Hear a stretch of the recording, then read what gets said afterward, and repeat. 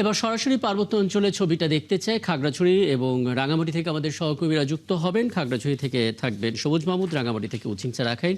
শুরুতে খাগড়াছড়িতে যেতে চাই। সবুজ, আপনার সঙ্গে যুক্ত হওয়ার আগে মোহন ইসলামের প্রতিবেদন দেখছিলাম এবং সেখানে তিনি বলছিলেন হতভাগাদের মধ্যে বড় হতভাগা বোধ করি এই পাহাড়ি অঞ্চলের মানুষরা, কারণ তারা ত্রাণ পাচ্ছেন না, দুর্গম এলাকায় থাকছেন। বৃষ্টি তো কমে এসেছে, বন্যা দুর্গত পাহাড়ি যারা আছেন তাদের কাছে ত্রাণ পৌঁছেছে কিনা এখন পর্যন্ত, আসলে দুর্ভোগ কতটা কমলো, কি দেখতে পাচ্ছেন? রাকিব, আপনি ঠিকই বলেছেন যে বৃষ্টি কমেছে এবং আপনি নিশ্চয়ই দেখতে পাচ্ছেন যে আজকে কিন্তু ঝলমলে অনেক রোদ, প্রখর রোদ উঠেছে এবং এটা গত 2 দিন ধরে এই খাগড়াছড়ি রাঙামাটি অংশে বিরাজমান আছে এবং এই বৃষ্টি কমে যাওয়ার কারণে বন্যা পরিস্থিতির কিন্তু উন্নতি হচ্ছে এবং অনেক জায়গায় পানি নেমে গেছে। আবার কিছু কিছু নিম্নাঞ্চল কিন্তু আবার নতুন করে প্লাবিত হয়েছে। যেমন আমি গতকালকে পর্যন্ত খবর পেয়েছি যে বড়কল যে একটি উপজেলা আছে রাঙামাটির, সেই উপজেলার অনেক জায়গায় কিন্তু এক নতুন করে মানে গত শনিবার থেকে পানি আসা শুরু করেছে। কিন্তু তার আগে যখন বুধবার, গত বৃহস্পতিবার ওই সময়টা যখন বন্যা ছিল, সেই সময় কিন্তু আবার ওই উপজেলায় পানি ছিল না। তো এইভাবে কিন্তু পানির দিক পরিবর্তন হচ্ছে এবং এখন সবচেয়ে বড় যেই চ্যালেঞ্জটা এই বানবাসীরা ফেস করছে সেটি হচ্ছে এই বন্যার পানি নেমে গেল, তাদের রাস্তাঘাট থেকে শুরু করে বাড়িঘর যে ভেঙে গেছে সেইখানে তারা এখনো বসবাস করতে পারছে না, বসবাসে অনুপযোগী হয়ে পড়েছে এবং এই জন্য তারা বলছে যে তাদের খাদ্য সংকটও অনেক অনেক জায়গায় দেখা দিয়েছে। নিরাপদ পানি নেই, পাহাড়ের পানির সংকটটা অনেক বন্যার আগেই ছিল।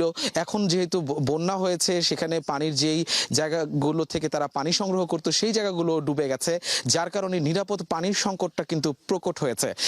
এই জন্য স্থানীয় প্রশাসন এবং যারা হচ্ছে বিভিন্ন ত্রাণ সহায়তা দিচ্ছে তারা কিন্তু ইসের পাশাপাশি, খাদ্যের পাশাপাশি নিরাপদ পানি জন্য যে বিশুদ্ধকরণ যে ট্যাবলেট সেটি দিচ্ছে। তবে স্থানীয়দের দাবি এই মুহূর্তে তাদের যেই জিনিসটা সবচেয়ে দরকার সেটি হচ্ছে দুর্যোগ পরবর্তী তাদের যে পুনর্বাসন, সেই পুনর্বাসন ব্যবস্থাটা যেন সরকার দিক দেয়, তাদের বাড়িঘর ঠিক করা, নগদ অর্থসহ টিন সহ অন্যান্য যে জিনিসপত্র আছে এইগুলো যেন দেওয়া হয়।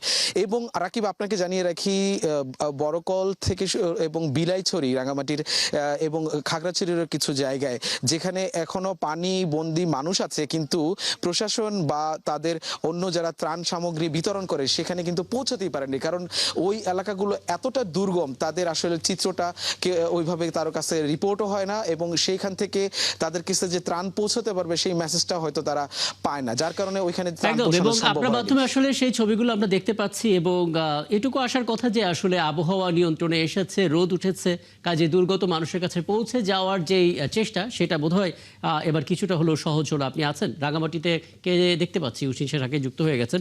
উচিংচা, শুরুতে দুটো ইউনিয়নের খবর বলবেন, যেই দুটো ইউনিয়ন শুরু থেকেই পানিতে তলিয়ে গিয়েছিল, এখন আসলে সেই ইউনিয়নের বাসিন্দারা ফিরেছেন কিনা সেই জায়গার খবরটা তো জানাবেন।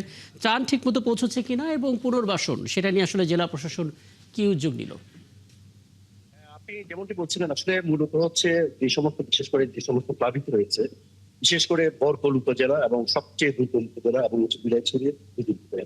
আর বাঘাইছড়িতে কিন্তু প্রাণ পৌঁছালেও এবং বরকলে কিছু পৌঁছাইতে কিছু কয়েকটু গ্রামে, পাশাপাশি হচ্ছে যে বিলাইছড়িতে দুর্গম এলাকা, সেখানে ফারুয়া অঞ্চল, ফারুয়া ইউনিয়ন, সেখানে 5টি আহ আহ, ক্ষতিগ্রস্ত এগুলি কিন্তু ত্রাণ পৌঁছাচ্ছে। আর আর যেগুলো হচ্ছে ভিতরে আছে একেবারে দুর্গম, সেখানে এখন ত্রাণ পৌঁছায়নি। সবচেয়ে বড় বিষয়টা হচ্ছে ওইখানকার হচ্ছে একমাত্র বিশুদ্ধ খাবার অভাবে সবচেয়ে সমস্যা পড়ছে। এবং আরেকটি বিষয় আপনাকে জানিয়ে রাখি, এখানকার যারা ভুক্তভোগী রয়েছে, জেলা প্রশাসন থেকে কিন্তু বারবার চেষ্টা করা হচ্ছে হচ্ছে ওইখানকার যারা ক্ষতিগ্রস্ত তাদের কাছে ত্রাণ পৌঁছানো দেওয়ার জন্য।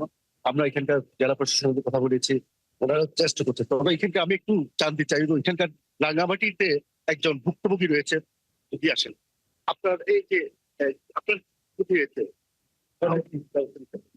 ওখানে সরকার আমাদের প্রতি কোনো ব্যবস্থা নেয়। আমাদের বাসায় এখন পানি উঠার অবস্থানে আছে, মুরগি টুরগি সবগুলা বা গবাদি পশু তো দুর্ভিক্ষে আছে। সরকার তো বর্তমানে আমাদের জন্য এখনো কিছু ব্যবস্থা নেয় নাই রাঙামাটির, বিশেষ করে আমাদের এই দিদি। আসলে উনি ভুক্তভোগী আছেন, উনি জানিয়েছেন এখন পর্যন্ত ওনারা ত্রাণ সহযোগিতা এখন পান। অনেক ধন্যবাদ উচিংছা। নিশ্চয়ই আরো আপডেট পরবর্তীতে পেতে থাকবো, যেহেতু পানি নেমে গেছে, বন্যার ক্ষতটাও স্পষ্ট হচ্ছে। এখন ক্ষয়ক্ষতি অনুসারে কি ধরনের সহায়তা পেলেন সেটাও নিশ্চয়ই আশা করি আপনার কাছ থেকে জানতে পারবো। রাঙামাটি এবং খাগড়াছড়ি থেকে আমাদের সহকর্মীরা যুক্ত হয়েছিলেন, দুর্গত বানভাসী মানুষের খবরাখবর আমাদেরকে জানাচ্ছিলেন।